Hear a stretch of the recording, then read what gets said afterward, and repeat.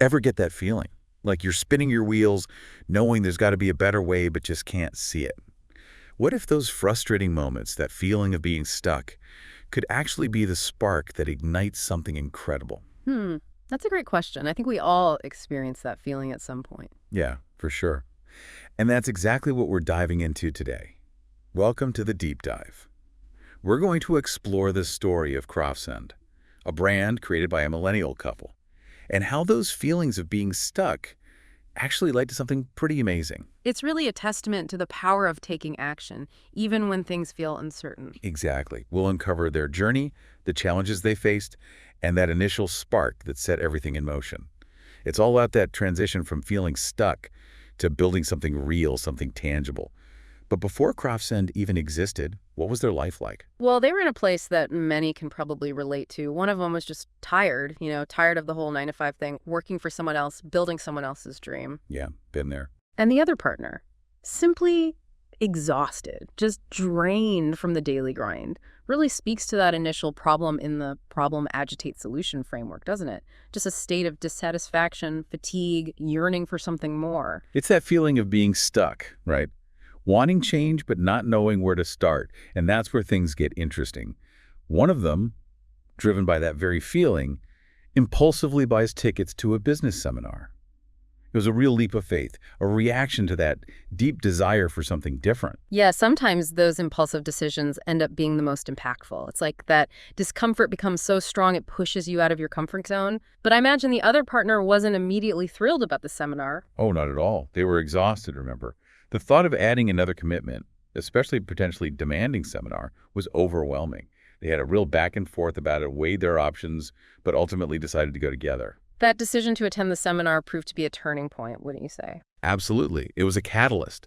They saw others in similar situations who were taking action, making moves. It planted this seed that maybe, just maybe, change was possible for them too. It's the beginning of that solution phase, isn't it? That glimmer of hope. Right. It's that realization that there might be a way out. But at that point, did they even have a specific business idea in mind? Nope, not at all. They just knew they wanted something different.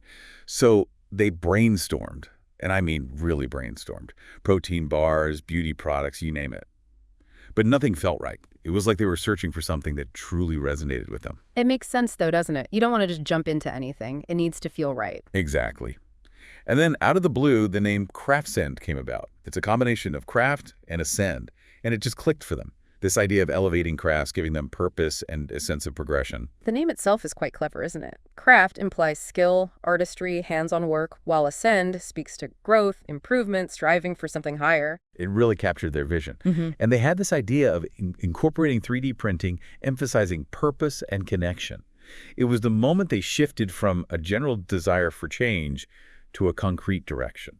So the solution starts to crystallize, but any new venture comes with its share of anxieties. What fears were they grappling with? Well, the big ones, right? Fear of failure. What if it all goes wrong? And potential financial disagreements.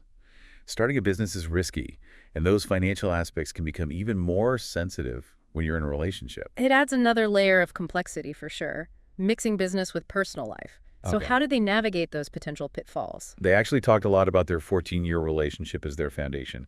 Years of building mutual respect and understanding, that became their bedrock for navigating the anxieties, even without any formal rules or agreements. It's fascinating how sometimes the strongest foundation for a business isn't a business plan, but a strong personal relationship built on trust. Totally. And even with those fears, they started taking those first small steps, and they felt huge.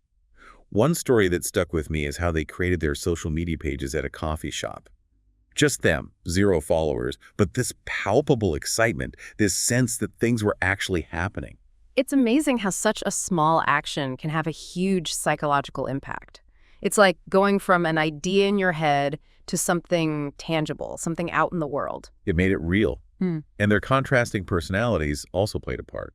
One of them described themselves as a daredevil, ready to jump in, take risks. The other, more practical, grounded, thrifty. That kind of balance can be incredibly effective. The daredevil provides the momentum, the willingness to experiment, while the cautious one keeps things grounded and financially sound. A natural system of checks and balances. That's exactly how they described it. It worked, even if it was messy sometimes. And then came the decision to launch their first product, the social tags. What's interesting is they launched before they felt totally ready. No perfect strategy, no huge product line. Sometimes waiting for the perfect moment means waiting forever, right? It's that classic analysis paralysis. Often the key is to just start, get something out there, learn from the feedback, and iterate. Totally. And the social tags themselves, they were more than just keychains. They envisioned them as little tools to help people connect faster.